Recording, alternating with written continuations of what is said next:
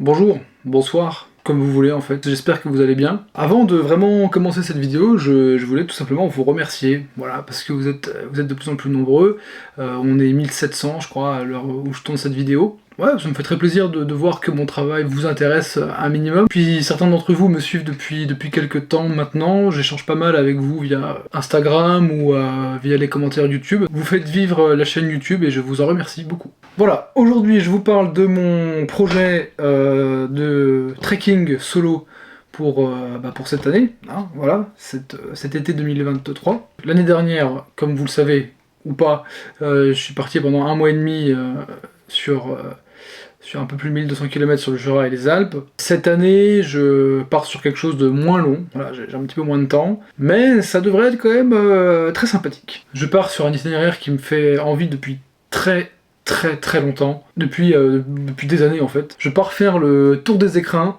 voilà, donc dans les Alpes, pour changer. Le massif des écrins, c'est tout simplement le plus haut massif des Alpes méridionales en termes d'altitude.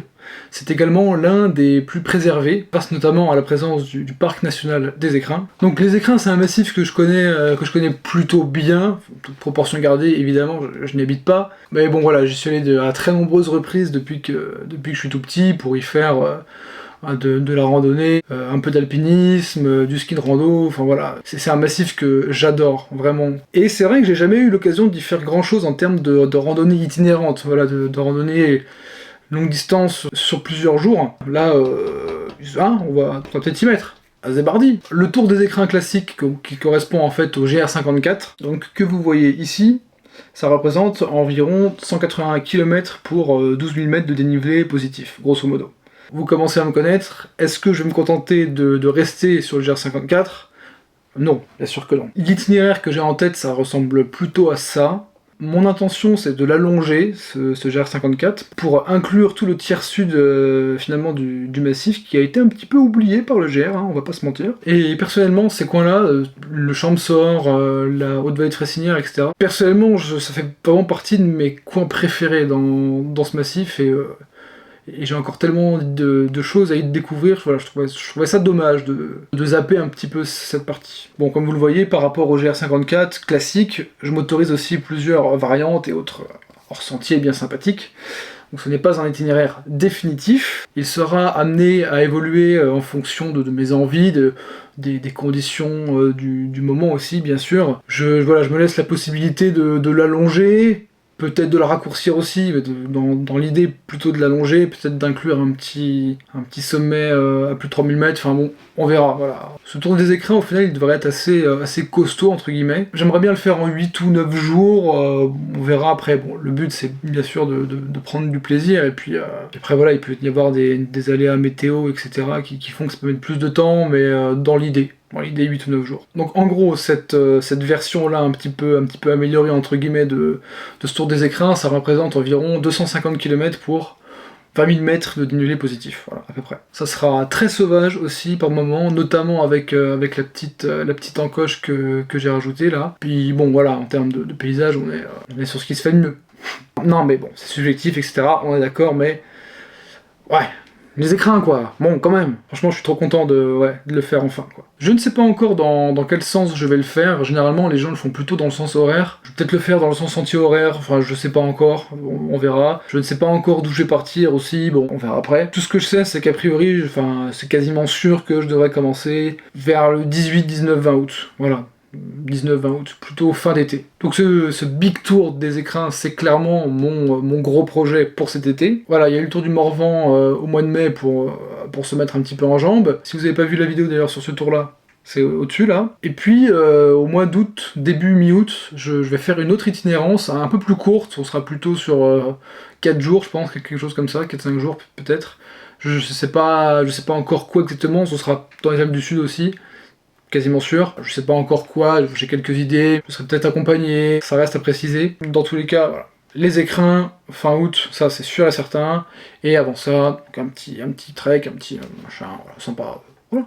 Donc si vous voulez suivre ce tour des écrins, en temps réel, entre guillemets, ça se passera sur mon compte Instagram, je vous attends là-bas. Et puis après, si on essaye de se projeter un peu plus loin, Je vais être tout à fait honnête avec vous. À la fin de la saison dernière, après 3 mois d'aventure, dont 1 mois et demi de traversée du Jura et des Alpes en solo, j'ai cherché un peu un sens à ma vie. Hein. Puis je devais finir mes études, etc. Voilà, mais ouais, en fait, il s'est pas passé un seul jour sans que je repense à cette aventure. Pas un jour. Et j'avais plus vraiment d'objectif, c'est-à-dire que l'aventure, tout était derrière moi. Puis au final, je pensais qu'il y a une seule chose, c'était c'est quoi la prochaine et puis c'est quand. C'était difficile de ne pas juste de ne pas savoir en fait, de ne pas avoir d'objectif, de ne pas pouvoir se projeter. Voilà, on reprend son quotidien, on repense à ce qu'on a vécu et on se dit peut-être qu'on revivra jamais quelque chose comme ça. C'est un peu triste, hein, voilà, je sais, mais c'est des pensées que j'ai eues et puis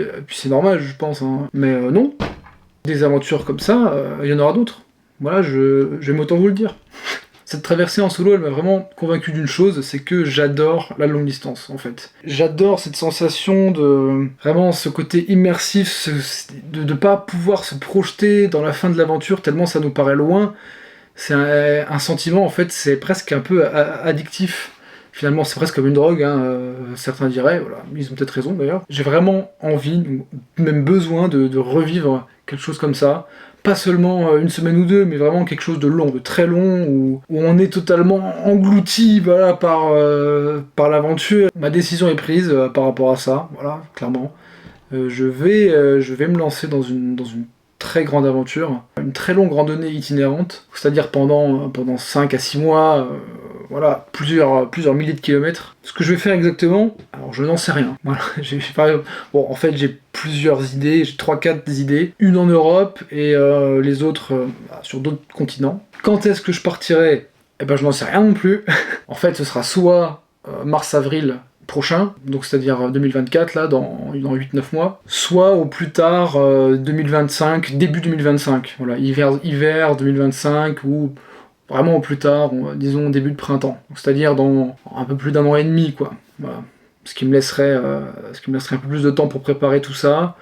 Ce serait peut-être pas mal, parce que vu les projets que j'ai en tête, ça va demander beaucoup de préparation. Ouais, donc disons au mieux, au plus tôt dans 6 à 9 mois, ça me paraît chaud, mais bon, pas impossible non plus, et disons vraiment au plus tard, ouais, début 2025. Auquel cas, j'aurai un peu plus de temps pour le voir venir, et puis vous aussi. Voilà, bah, j'avais envie de vous partager ça, pour vous dire que, même si c'est pas pour tout de suite, d'avoir enfin à nouveau un objectif comme ça à moyen terme, quelque chose à quoi je peux me raccrocher et qui me fait espérer, en fait, bah, ça fait vraiment du bien.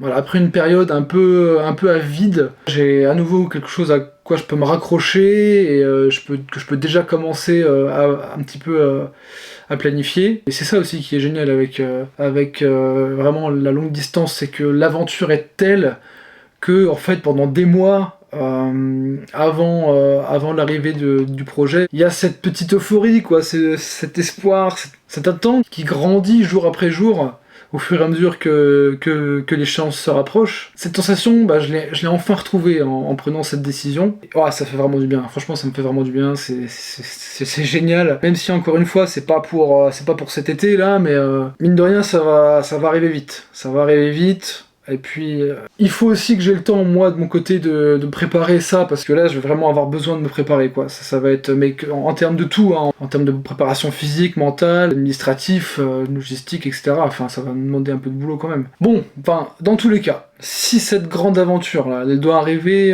début 2024, c'est très bien. Bon, ça va arriver vite. Si ça doit arriver début 2025, ce qui est tout à fait possible, eh bien auquel cas pour 2024, je sais déjà ce que je ferai. C'est pas quelque chose de moins long que ce méga projet là, mais il se trouve qu'il y a une chaîne de montagnes que j'aime beaucoup, mais qui malheureusement est loin de chez moi, et du coup j'ai pas pu y faire grand chose en termes de randonnée itinérante. Voilà, j'y suis allé que 3 fois dans ma vie. Si méga grande aventure là, en gros, en 2025, l'été prochain, l'été 2024, là, vous savez où me trouver. C'est tout pour le moment, je vais pas non plus tirer trop de plans sur la comète, mais là, dans l'absolu, pour cette saison, en août, donc ce fameux tour des écrins bizarre là, et puis avec un autre petit truc avant, là, j'ai vraiment envie d'être d'être fin prêt physiquement pour ça. J'aimerais bien faire une course d'alpinisme aussi, j'essaye d'en faire une chaque année. L'année dernière, j'avais fait la traversée des écrins, qu'est-ce que je dis moi, la traversée du Pelvoux dans les écrins, justement. C'était magnifique, c'était vraiment ouf. On verra comment ça se goupille, il n'y a rien de sûr à ce niveau-là pour l'instant. Voilà, bon, bah en tout cas, j'espère que vous êtes autant hypé que moi par ce tour des écrins 2.0. Maintenant, vous savez à peu près les directions qu'on va prendre, disons, à moyen terme. Quand on y a goûté à la longue distance, on y revient. Hein. Ça occupe une place importante dans notre esprit de randonneur. Voilà. Donc je vous donne rendez-vous au mois d'août pour le tour des écrins. D'ici là, il y aura quelques petites autres aventures. Et puis, prenez soin de vous. À ce tantôt là-haut. Ciao, bis tout le monde.